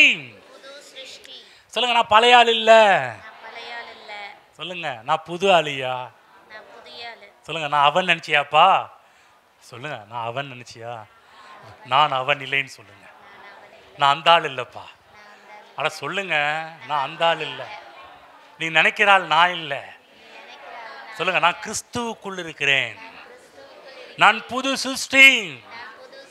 ஆமென். புது சிருஷ்டினா என்னன்னா, இது எதை பற்றி சொல்றாருன்னா, உங்களுடைய ஆவியை பற்றி சொல்றாரு. உங்களுடைய ஆவி இப்போ என்ன பண்ணப்படுறோம்? புது சிருஷ்டியாக மாற்றப்பட்டிருக்குது. புது சிருஷ்டி. நீங்கள் பழைய ஆள் கிடையாது. உங்களுக்குள்ள எல்லா பழைய பாவம் எல்லாமே ஒழிக்கப்பட்டு விட்டது. ஆனால் நம்ம என்ன பண்ணுறோம்னா, நம்ம இது தெரியாததுனால நம்ம என்ன பண்ணுறோம்? அந்த பழைய ஆள் மாரி நம்ம வாழ்ந்துட்டு இருக்கிறோம். தெரியாததுனால பழைய ஆள் மாரி இந்த உலகத்தில் வாழ்ந்துட்டு இருக்கிறோம். நான் சொல்கிற தேவ பிள்ளைகளே, இதை புரிந்து கொள்ளுங்கள். நீங்கள் புது ஆட்களாக வாழுங்கள். நீங்கள் புது சிருஷ்டி. பழையவைகள் ஒளிந்து போயின, எல்லாம் புதிதாய். நீங்கள் வேர் எ நியூ கிரியேஷன். ஆமென். தேவனால் உருவாக்கப்பட்ட புது படைப்புகள். ஆண்டவர் டிங்கரிங் பார்த்து நம்மளை வைக்கல. புது சிருஷ்டின்னா பழைய காரை எப்சிக்கு கொண்டு போகிறப்ப டிங்கரிங் பார்த்து அங்கங்கே ஒடுக்கெடுத்து ரீபெயிண்ட் பண்ணி அந்த பெயிண்ட் சரியில்லாமல் போய் அந்த இல்லை. புது சிருஷ்டினா நியூ பிராண்டு. சொல்லுங்க, நியூ பிராண்டு. புது சிருஷ்டினா சொல்லுங்க, டிங்கரிங் கார் இல்லைப்பா அது. சொல்லுங்க, எப்சி கார் கிடையாதுங்க. எப்சி கொண்டு போகிற கார் கிடையாது. நியூ பிராண்டாகவே ஆகிட்டார். இப்போ கூட பாருங்கள், நிறைய அந்த காலத்துக்கு அப்போ உருவாக்கின காரம் நியூவாக வருது பாருங்கள். இப்போ மாருதி ஆம்னி பாருங்கள். இப்போ ஆம்னி இப்போ புதுசாக ஒன்று உருவாக்கியிருக்கிறாங்க, நியூ டெக்னாலஜியோடு. அதே போல் 800 புதுசாக உருவாக்கி அதில் இப்போ புதுசு எல்லாமே புதுசு. அதுதான் இப்போ அதே பேர் தான் இப்போ நியூ பிராண்ட் ஆயிடுச்சு. என்னன்னா, அப்போ பழசில் இருந்த டெக்னாலஜி இப்போ நியூவில் இல்லைங்க. நியூவில் இருக்கிற டெக்னாலஜிலாம் இப்போ இருக்கிற அப்டேட். இப்போ இருக்கிற காரில் அப்டேட்னா கிறிஸ்து இயேசுக்குள்ளே. அப்போ பழைய காரில் இந்த ஆதாமுடைய இதெல்லாம் சில இதெல்லாம் ஒட்டி இருந்துச்சு. ஆனால் புதிய நியூ பிராண்டு காரில் என்னன்னா, கிறிஸ்துவுக்குள்ளே இருந்ததெல்லாம் சொல்கிறாங்களே, சார் நியூ கார் சார், இது நியூ அப்டேட் பண்ணப்பட்டிருக்கு சார், நியூ நிறைய விஷயம் புதுசாக கண்டுபிடிச்சி நீங்கள் அதுலேருந்து கம்பேர் பண்ணுவாங்க. சார் அதில் அப்படி இருந்துச்சுல, இந்த காரில் அது இருக்காது, அதில் இது இருந்துச்சு, இதில் இருக்காது, அப்படி மாற்றி சொல்லிகிட்டே இருப்பாங்க. இப்பயே சொல்கிறேன், இந்த பழைய ஆதாமுக்குள் இருந்தது இப்போ எனக்குள்ள இல்லை. இப்போ புது சிருஷ்டினா என்னன்னா, கிறிஸ்து என்ற ஒரு 2ஆம் ஆதாம் வந்தார் பாருங்க. அவரை போல இந்த பூமியிலே என்னை புது சிருஷ்டியாக மாற்றியிருக்கிறார். என்னங்க ஆமீன் கம்மியாக வருது? எவ்வளோ பெரிய விஷயம் சொல்கிறேன்னா, இது எத்தனை கோடி தினமா நீங்கள் செக் எழுதி கொடுக்கணும் கையில். உண்மைதான் சொல்கிற, பொய்யெல்லாம் கிடையாது. எத்தனை கோடி செக் எழுதி கொடுத்தா கூட இப்போ சொல்கிற அந்த வார்த்தைக்கு இணையாகாது. உண்மைதான். என்னங்க இப்பயும் ஆமீன் போட மாட்டேன்றீங்க? பழைய ஆதாம் போல கிடையாது நீங்கள். ஜீசஸ் கிரைஸ்ட், இயேசு கிறிஸ்துவை போன்ற அந்த சிருஷ்டி. பா, எவ்வளோ பெரிய ஒரு வெளிச்சம் தெரியுங்களா? எவ்வளோ பெரிய வெளிப்பாடு தெரியுங்களா? ஆனால் நம்ம அறியாமல் இருக்கிறோம். உங்களுக்கு தெரியும், நம்ம பேரே கிறிஸ்தவங்கன்னு பேர் தெரியுங்களா? எதனால இந்த பேர் வந்து தெரியுங்களா? பவுல் சொல்வார், எப்பா இனி நான் இல்லையா, எனக்குள் வாழ்றது கிறிஸ்துவே எனக்குள் வாழ்கிறார். இனி நான் அல்ல, கிறிஸ்துவே எனக்குள் வாழ்கிறார். எப்பேற்பட்ட ஒரு வார்த்தை. ஆமென் சொல்லுங்க. இனி நான் அல்ல, சொல்லுங்க, இனி நான் அல்ல, இயேசுவே எனக்குள் வாழ்றார். பார்க்க சொல்லுங்க, இயேசுவை பார்க்கணுங்களா? அது நான் தான், என்னையே பாருங்க. தப்பாக எடுத்துக்கூடாதுங்க. நான் சொல்கிறேன் என்னன்னா, நம்ம புது சிருஷ்டி, ஆவியிலே புது சிருஷ்டியாக மாற்றப்பட்டிருக்கிறோம். மனம் இன்னும் ஓல்டு தான். ஆனால் அது ஒவ்வொரு நாளும் தேவனுடைய வார்த்தையினால் மறுரூபமாக்கப்பட்டு கொண்டே இருக்க வேண்டும். இந்த சரீரம் இயேசுவை போல கவனமாக கேட்டுக்கணும். நம்முடைய ஆவி இயேசு கிறிஸ்துவ போல இருக்குது. நம்முடைய மனமும் இந்த சரீரம் இந்த உலகத்துக்குரியதாக இருக்கிறது. நம்முடைய மனம் தேவனுடைய வார்த்தையினால் ஒவ்வொரு நாளும் அப்டேட் ஆகி கொண்டே இருக்க வேண்டும். புரியுதுங்களா? புது சிருஷ்டியாக மாறிக்கொண்டே இருக்க வேண்டும். இந்த சரீரம் ஒரு நாள் இயேசு கிறிஸ்துவின் வருகையிலே இந்த பாவ சரீரம், ஜென்ம சரீரம், இது என்ன பண்ணும்னா மகிமையின் சரீரமாக மறுரூபமாக்கப்படும். அப்போ தான் முழுமை அடைவோம். இப்போ என்னன்னா, நம்முடைய ஆவி எப்படிப்பட்டதாக இருக்கிறது என்றால் கிறிஸ்துவை போல நம்முடைய ஆவி உருவாக்கப்பட்டிருக்கிறது. ஆகவேதான் பவுல் வெளிப்பாடு சொல்றேன், நான் இல்லப்பா எனக்குள் வாழ்றது கிறிஸ்துவே எனக்குள் வாழ்கிறார். சொல்லுங்க, இனி நான் அல்ல. சொல்லுங்க, இனி நான் அல்ல, இயேசுவே எனக்குள் வாழ்கிறார். நான் புது சிருஷ்டி, பழையவைகள் ஒளிந்து போயின, எல்லாம் புதிதாயின. ஆமென். அதுதான் தேவனுடைய சுபாவம் நமக்குள்ளாக இருக்கிறது. நம்முடைய வாழ்வு பார்த்தீங்கன்னா, நம்முடைய சரீரம் சொல்வதை வைத்து நம்முடைய வாழ்க்கையை வாழக்கூடாது. நம்முடைய மனம் சொல்றதை வைத்து நம்முடைய வாழ்க்கையை டிசைட் முடிவு பண்ணக்கூடாது. உள்ள இருக்கிற கிறிஸ்து அவர் என்ன சொல்றாரோ அதை வைத்து தான் நம்முடைய சரீரத்தை இயக்க வேண்டும். நம்முடைய ஆத்துமாவையும் நம்முடைய மனதையும் எப்படி இயக்க வேண்டும் என்றால், உள்ள இருக்கிற கிறிஸ்து சொல்வது போல, உள்ள இருக்கிற ஆவியானவர் சொல்வது போல தான் நம்முடைய சரீரத்தையும் நம்முடைய மனதையும் நாம் இயக்க வேண்டும். ஆமென். புரியுதுங்களா என்ன சொல்றோன்னு? பக்கம் புரிஞ்சிச்சா? நீங்க யாரு?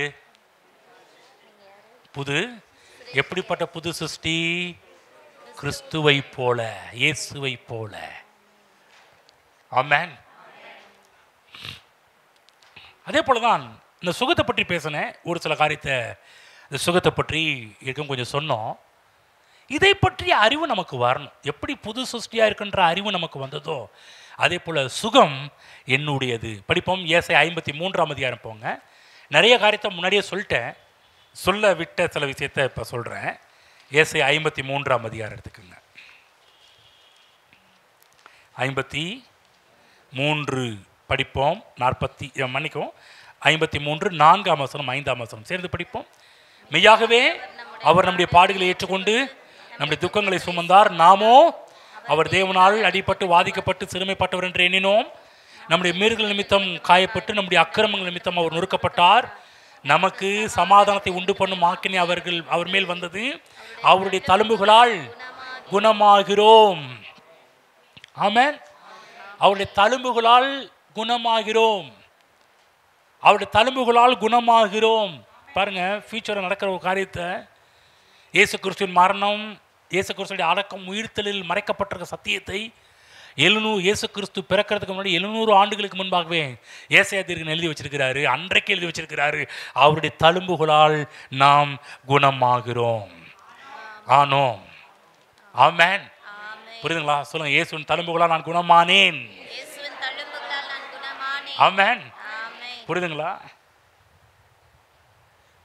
பேதுருவும் அதே காரியம் சொல்ல 1 Péதரு 2:24 படிப்போம். அன்னைக்கு நம்ம ஏசாயா சொன்னதை இப்போ பேதுரு எப்படி எழுதி வச்ச 1 Péதரு 2:24 போவோம். அங்கே குணமாகிறோம்னு அவர் சொல்லிட்டாரு, ஃபியூச்சர் நடக்க போகிறது. இவர் என்ன எழுதி வச்சிருக்கிறார்? 24 2:24 நாம் பாவங்களுக்கு செத்து நீதிக்கு பிழைத்திருக்கும்படிக்கு அவர் தாமே தமது சரீரத்தில் நம்முடைய பாவங்களை சிலுவையின் மேல் சுமந்தார், அவருடைய தழும்புகளால் குணமானீர்கள். குணமாக போறீங்களா? குணமானீர்களா? ஆமென். குணமானீர்கள். சொல்ல குணமாயிட்டோம். சொல்ல குணமாயிட்டோம். விசுவாசம் இப்படி தான் பேசும்.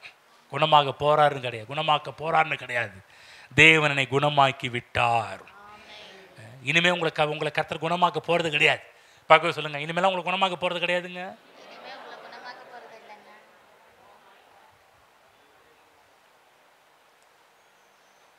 யாராவது குணமாகணும் வந்திருக்கிறீங்களா? உங்களுக்கு சொல்றேன், இனிமேல் கர்த்தர் உங்களுக்கு குணமாக்க போறதே கிடையாது. என்னங்க இப்படி சொல்றீங்க? ஆமாங்க, நிஜமா உண்மை. இனிமேல்லாம் குணமாக்க போறது கிடையாதுங்க. என்னங்க இப்படி சொல்லிட்டீங்களே? நான் என்ன இனிமேல் உங்களை குணமாக்க போறாருன்னு கிடையாது. என்ன சொல்றேன்? உங்களை குணமாக்கி விட்டார்னு சொல்றோம். இனிமேல் குணமாக்க போறாரு கிடையாது. நல்லா புரிஞ்சுக்கணும். அநேக மக்கள் கர்த்தருடைய வார்த்தையை நம்புறது கிடையாது.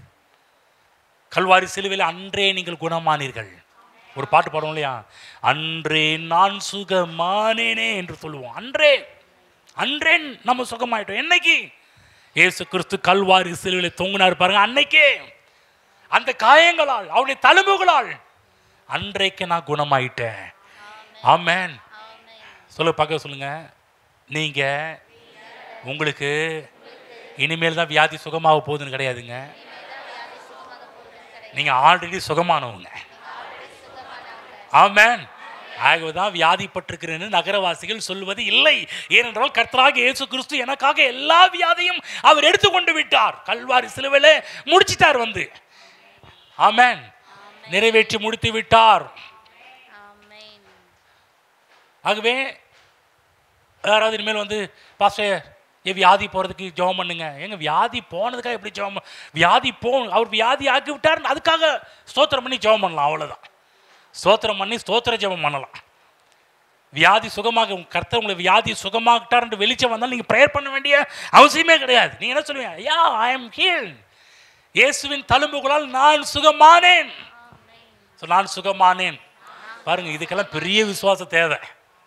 பெரிய பெரிய விசுவாசம் தேவை. உள்ளே கொண்டு போய் வைக்கணும். என்ன காலாகாலமாக நான் ஆண்டவரே எப்படியாவது சுகமாக்கும் கர்த்தாவே. அவர் சொல்லுவார், எப்பா சுகமாக்கிட்டேன்ப்பா, இனிமேல் எடுத்துக்க. சுகமா உன் சுகம் உன்னுடையது, உன் பிறப்புரிமை, அதை நீ எடுத்துக்கொள். புரியுதுங்களா என்ன சொல்லிட்டு இருக்கிறோன்னு? பேதுரு இன்னொரு காரியம் சொல்லி முடிக்கிறேன் பாருங்க. 5ஆம் அதிகாரம் 1 பேதுரு 5ஆம் அதிகாரம் 8-6 படிக்கிறேன். ஆகையால் ஏற்ற காலத்தில் தேவன் உங்களை உயர்த்தும்படிக்கு அவருடைய பலத்த கைக்குள் அடங்கியிருங்கள். அவர் உங்களை விசாரிக்கிறவரானபடியால் உங்கள் கவலைகளை எல்லாம் அவர் மேல் வைத்து விடுங்கள். தெளிந்த புத்தியுள்ளவர்களாயிருங்கள். ஏனெனில் உங்களுக்கு எதிராளியாகி பிசாசானவன் கெர்ஜிக்கிற சிங்கம் போல் எவனை விழுங்கலாமோ என்று வகை தேடி சுற்றி திரிகிறான். விசுவாசத்தில் உறுதியாயிருந்து அவனுக்கு எதிர்த்து நீங்கள் உலகத்துள்ள உங்கள் சகோதரத்தில் அப்படிப்பட்ட பாடுகள் நிறைவேறி வருகிறது என்று அறிந்திருக்கிறீர்களே. தெளிந்த புத்தியுள்ளவர்களாக இருங்கள். பிசாசன் எவனை விழுங்கலாம் என்று வகை தேடி சுற்றி திரிந்து கொண்டிருக்கிறான். உடனே பேதுரு, விசுவாசிகளே கவலைப்படாதீங்க. இப்போதான் பவுல்கிட்ட இருந்து ஒரு லெட்டர் வந்திருக்குது. ஒரு கடிதத்தை படித்து பார்த்தேன். பவுலுடைய உருமால்கள்லாம் கழட்டி போட்டால் ஹீலாகுதான், சுகமாகுதான். உங்களுக்காக வெயிட் பண்ணுங்க, உங்களுக்காக ஆர்டர் பண்ணியிருக்கிறேன். என்ன ஆர்டர் பண்ணியிருக்கிறேன்? பவுலுடைய பழைய ட்ரெஸ் எல்லாம் கொண்டு வரதுக்கு நான் ஆர்டர் பண்ணியிருக்கிறேன். அது வந்த பிற்பாடு அதை நீங்கள் கையில் வச்சுக்கோங்க. அதை கையில் வச்சுட்டு பிசாசை நீங்கள் எப்படி வேணாலும் நீங்கள் ஜெயிச்சிடலாம். அதை பார்த்தே ஒவ்வொரு மனிதனுக்குள்ளே இருக்கிற பிசாசு பேயெல்லாம் பறந்து ஓடுதான். வெயிட் பண்ணுங்க, அவருடைய கச்சை வரதுக்கு வெயிட் பண்ணுங்க. எப்படியா இருந்தாலும் கப்பல் வழியாக வரதுக்கு கொஞ்சம் நாட்கள் ஆகலாம். அதில் வெயிட் பண்ணுங்கன்னு பேதுரு சொல்லலை. கவனமாக கேளுங்க. நம்ம வந்து வெயிட் பண்ணுங்க. ஆண்டு இவங்க வந்து ஜெபம் நல்லாகும், அவங்க வந்து ஜெபம் நல்லாகும், இவர் வந்து கையை கொண்டு வந்து என் தலை மேலே கை வச்சா நல்லா இருக்கும், எப்படியாவது அந்த ரூம் அந்த இடத்துக்கு போனால் நல்லாகும். நிறைய பேருடைய கனவு அப்படி. எப்படியாவது ஒரு முறையாவது தெற்கு பக்கம் போயிட்டு வந்துடணும், இல்லைன்னா வடக்கு பக்கம் போயிட்டு வரணும், அப்புறம் இல்லைன்னா இந்த பக்கம் போயிட்டு வரணும். மக்கள் நினச்சிட்டு இருக்கிறாங்க எப்படியாவது ஒரு டைம் போனா. இல்லைங்க, நான் என்ன சொல்கிறேன், கவனம் வைக்கணும். பேதுரு அப்படி சொல்ல வெயிட் பண்ணுங்க, பவுல்கிட்டருந்து வரும். அப்புறமே சொல்கிறார், விசுவாசத்தில் உறுதியாக இருங்கள், அவனுக்கு எதிர்த்து நில்லுங்கள், வியாதிக்கு எதிர்த்து நில்லுங்கள், தரித்திரத்துக்கு எதிர்த்து நில்லுங்கள். ஏனென்றால் இந்த ஒரு அறிவு முக்கியம். என்ன அறிவு முக்கியம்னா, இதுக்கு விசுவாசத்தில் உறுதியாக இருந்தேன்னா அறிவு உண்டாகி, என்ன அறிவு உண்டாகி, இனிமேல் தான் எனக்கு கர்த்தர் ஏதோ ஒன்று ரெடி பண்ண போறாருன்னு கிடையாது, எல்லாம் ரெடி பண்ணி முடிச்சு வச்சுட்டார். இனிமேல் யார் கையிலையும் கொடுக்கல, அவர் என் கையில் கொடுத்துருக்கிறார். நம்ம என்ன பண்ணுறோம், நம்ம வந்து யார்கிட்டையும் பிச்சை எடுத்துட்டு இருக்கிறோம். இவங்கள்ட்ட போனால் அவங்கள்ட்ட போனால் இங்கே சொல்லி இங்கே தீர்வு அங்கே தீர்வு. ஒரே தீர்வு கல்வாரி சிலுவை. சிலுவை நோக்கி பாருங்கள், வேற எந்த மனிதனையும் நோக்கி பார்க்க வேண்டிய அவசியம் கிடையாது. இன்னும் சொல்ல போனால் என்னை நோக்கி பாருங்கள் என்று கூட சொல்வதற்கு எனக்கு தகுதி இல்லை. ஏன் ரைட்ஸ் என்ன, நான் சொல்லக்கூடிய காரியம் என்ன, கல்வாரி சிலுவையை நோக்கி பாருங்கள். ஆமென். புனித அந்தோனியே எனக்காக வேண்டிக் கொள்ளும் என்று யாரும் ஜெபிக்காதீர்கள். நான் ஒரு ஃபாதர் அந்தோனி கிடையாது. இந்த அந்தோனி அவரை கை காமிக்கிற அந்தோனி. ஆமென். அவரை கை காமிக்கிறேன், அவரை பிடிச்சுங்க. நீங்க வந்து என்கிட்ட வந்து நிற்க வேண்டிய அவசியம் அறிவு, இந்த அறிவு நான் யார்கிட்டையும் போய் நிற்க வேண்டிய அவசியம் கிடையாது. ஏனென்றால் கர்த்தராகிய இயேசு கிறிஸ்துவின் கல்வாரி சிலுவை நோக்கி பார்க்கிறேன். சிலுவை தான் முடிவு, சிலுவை தான் எனக்கு எல்லாம் முடிந்த ஒரு காரியம். திரும்ப சொல்கிறேன், நல்லா கவனமாக கேட்டுக்கங்க. என்ன அறிவு, இனிமேல் தான் கர்த்தர் உங்களுக்காக ஒன்றை ஆயத்தமாக்க போகிறார் என்று நீங்கள் கனவு கண்டு கொண்டிருப்பீர்கள் என்றால் உங்கள் கனவு கனவாகவே போய் கொண்டிருக்கும். ஆனால் எனக்கு எல்லாம் நடந்து முடிந்து விட்டது. கல்வாரி சிலுவையிலே என் தேவன் எனக்காக கொடுக்க வேண்டிய எல்லாவற்றையும் கல்வாரி சிலுவையில் கிறிஸ்து இயேசு எனக்கு மீட்டு கொடுத்து விட்டார். இழந்து போன காரியங்கள், என்னுடைய வியாதி, என்னுடைய சுகத்தை இழந்து போனேன், தைரியத்தை இழந்து போனேன், நான் வந்து என்னுடைய சந்தோஷத்தை இழந்து போனேன், அநேக விஷயத்தை என் வாழ்க்கை இழந்து போனேன். எல்லாவற்றையும் கல்வாரி சிலுவை எனக்கு மீட்டு கொடுத்து விட்டது. இனிமேல் தான் எனக்கு ரெடி பண்ண போறாருன்னு கிடையாது. யெகோவா ஈரே எல்லாவற்றையும் எனக்காக செய்து முடித்து விட்டார். எழுந்து நிற்போம். ஹல்லேலூயா. தேவ பிள்ளைகளே, அறிவு என்ன அறிவு தெரியுங்களா? இன்னைக்கு ஏன் மக்கள் வீக்காக இருக்கிறாங்க? அறிவு இல்லை. இந்த அறிவு வரணும். எந்த அறிவு? கல்வாரி சிலுவை. சிலுவையில் எனக்காக கர்த்தராகிய இயேசு கிறிஸ்து எல்லாம் செய்து முடித்து விட்டார். யாராவது கிறிஸ்துவ சபை போதகர் எழும்பி, இல்லை நான் உனக்காக 40 நாள் உபவாசம் போட போகிறேன், இனிமேல் தான் உனக்காக ஒன்று ரெடி பண்ண தரப்போகிறேன், உனக்காக இது பண்ண போகிறேன், அது பண்ண போகிறேன்னு யாராவது சொன்னாங்கன்னா மயங்கி விடாதீர்கள், ஏமாந்து விடாதீர்கள். கல்வாரி சிலுவையில் கர்த்தராகிய இயேசு கிறிஸ்து எனக்காக எல்லாம் செய்து முடித்து விட்டார். ஆமென். இப்போ உங்கள் வேலை விசுவாசத்தில் உறுதியாக இருந்து அவைகளை எடுத்துக்கொள்ளுங்கள். விசுவாசம் எதிர்த்து நில்லுங்கள். இனிமேல் தான் உங்களை ரெடி பண்ண போறாருன்னு கிடையாது. ரெடி எல்லாவற்றையும் செஞ்சு முடிச்சிட்டார். சுகம் என்னுடையது, செழிப்பு என்னுடையது, வெற்றி என்னுடையது, ஆசீர்வாதம் என்னுடையது. இனிமேல் தான் காட் பிளஸ் யூ கிடையாது. ஐ எம் பிளஸ்ட், நான் ஆசீர்வதிக்கப்பட்டவன் சொல்றாரு. உன்னதங்களிலே ஆவிக்குரிய சகல ஆசீர்வாதத்தினாலும் கர்த்தனை ஆசீர்வதித்திருக்கிறார். ஆசீர்வதிக்க போகிறார் என்றல்ல, என்னை ஆசீர்வதித்திருக்கிறார். பழைய ஏற்பாடு காலத்தில் சொன்னாரு, நீங்க ஆசீர்வதிக்கப்பட்டவர்கள் சொல்லிட்டாரே. ஆமென். உரிமை பாராட்டி எடுத்துக்கொள்ளுங்கள். இது என்னுடையதுன்னு சொல்லுங்க. வேதத்தை படிக்கும் போதெல்லாம் உங்கள் கண்கள் திறக்கப்படுவதாக. வேதத்தை படிக்கும் இந்த உயிரை படிக்கும் போதெல்லாம் நீங்கள் சொல்லணும், எஸ், இயேசுவின் சிலுவையினால், கல்வாரி இரத்தத்தினால் இது என்னுடையது, இது என்னுடையது, இது என்னுடையது. பழைய ஏற்பாட்டில் இருக்கிற வாக்கு தத்தங்களாக இருக்கட்டும், புதிய ஏற்பாட்டில் இருக்கிற வாக்கு தத்தங்களாக இருக்கட்டும், நீங்கள் உடனே சொல்லணும், இயேசு கிறிஸ்துவின் இரத்தத்தினால் அது என்னுடையதாக ஆகிவிட்டது. ஆமென். புரியுதுங்களா? இனிமேல் தான் ஒன்று ரெடி பண்ண போகிறான்னு கிடையாது. அறிவு வேணும்.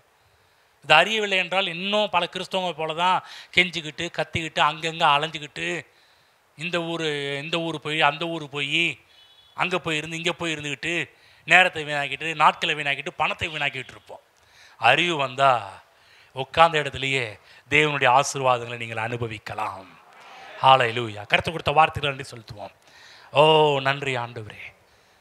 ஆண்டவரே, உம்மை குறித்த அறிவினால் இங்கே இருக்கிற எங்களை வளர செய்வீராக. எங்களுக்குள்ள இருக்கிற வீக்னஸ் கண்டுபிடிச்சோம் ஆண்டவரே, என்ன பிரச்சனை கண்டுபிடிச்சோம், அறிவு இல்லை என்ற பிரச்சனை இன்னைக்கு கண்டுபிடிச்சோம் ஆண்டவரே. எல்லாவற்றுக்கும் நீர்தான் காரணர். எங்களுடைய ஆசீர்வாதத்துக்கு நீர் காரணர், சுகத்துக்கு நீர் காரணர், வெற்றிக்கு நீர் காரணர். எங்களுக்கு எல்லாவற்றையும் இனிமேல் தான் கொடுக்க போறீங்கன்னு கிடையாது ஆண்டவரே. எல்லாவற்றையும் கல்வாரி சிலுவையிலே செய்து முடித்து விட்டீர். ஹல்லேலூயா, ஹல்லேலூயா. இயேசு கிறிஸ்துவின் நாமத்தை கர்த்தர் எங்களுக்கு கொடுத்திருக்கிறீர். அவைகளை நாங்கள் எடுத்துக்கொள்கிறோம். இயேசு கிறிஸ்துவின் நாமத்தினால் இது என்னுடையது என்று எடுத்துக்கொள்கிறோம் ஆண்டவரே. ஹல்லேலூயா. நன்றி, நன்றி, நன்றி, நன்றி. நீர் கொடுத்த ஒவ்வொரு ஆசீர்வாதத்தையும் நாங்கள் இயேசு கிறிஸ்துவின் நாமத்தினால் கிளைம் பண்ணி இது என்னுடையது என்று எடுத்துக்கொள்ள போகிறோம் கர்த்தாவே. ஹல்லேலூயா. நன்றி, நன்றி, நன்றி ஆண்டவரே. எங்கள் அன்பின் பரலோக பிதாவே, கர்த்தராகிய இயேசு கிறிஸ்து நாமத்தில் உம்முடைய சமூகத்தில் வருகிறோம். அப்பா, இன்றைக்கு நீர் உங்களை பேசுகிறபடி எங்கள் கண்களை திறந்தபடி நாங்கள் நன்றி செலுத்துகிறோம் ஆண்டவரே. அநேக நேரத்தில் எங்களுடைய அறியாமை, அவர்கள் வேதத்தை எழுதி கொடுத்தேன், அதை அந்நிய காரியமாக எண்ணினார்கள் என்று சொல்லி நாங்கள் அப்படிப்பட்ட இடத்துல போய் நின்று விடாமல், நீர் எங்களுக்கு கொடுத்த எல்லா ஆசீர்வாதமும் இனிமேல் தான் கர்த்தர் எங்களுக்கு கொடுக்க போகிறேன் என்று எண்ணாமல் எங்களுக்கான எல்லாவற்றையும் செய்து முடித்து விட்டீர் என்று நாங்கள் விசுவாசிக்கிறோம்.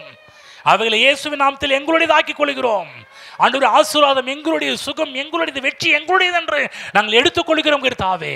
வேதத்தில் இருக்கிற எல்லா வாக்கு தத்துவங்களும் அது எங்களுடையது என்று எடுத்துக்கொள்கிறோம். இனிமேல் தான் எங்களுக்கு என்று அல்ல, எங்களுக்காக நீர் ஏற்கனவே எல்லாவற்றையும் ஆயத்தம் செய்து வைத்து விட்டீர் என்று நாங்கள் அவைகளை எடுத்து அனுபவிக்கிறோம். இங்கே இருக்கிற ஒவ்வொரு விசுவாசிகளும், இந்த வார்த்தை கேட்கிற ஒவ்வொரு விசுவாசிகளும் இனிமேல் தான் என்று அல்ல, கர்த்தர் எங்களுக்காக எல்லாவற்றையும் செய்து முடித்து விட்டு விட்டார் என்ற வெளிச்சத்தில், அறிவில் இந்த பூமியில் வாழட்டும் என்று ஆசீர்வதிக்கிறேன். தானியேலின் காரியம் உம்மை குறித்த ஒரு அறிவு இருந்ததினால் ஜெயமாக இருந்தது போல, உம்முடைய பிள்ளைகள் உம்மை குறித்த அறிவினால் இந்த பூமியில் ஒவ்வொரு நாட்களும் ஜெயமுள்ள வாழ்க்கையை வாழட்டும் என்று ஆசீர்வதிக்கிறேன். இயேசு கிறிஸ்து நாமத்தினால் பிதாவே, ஆமென்.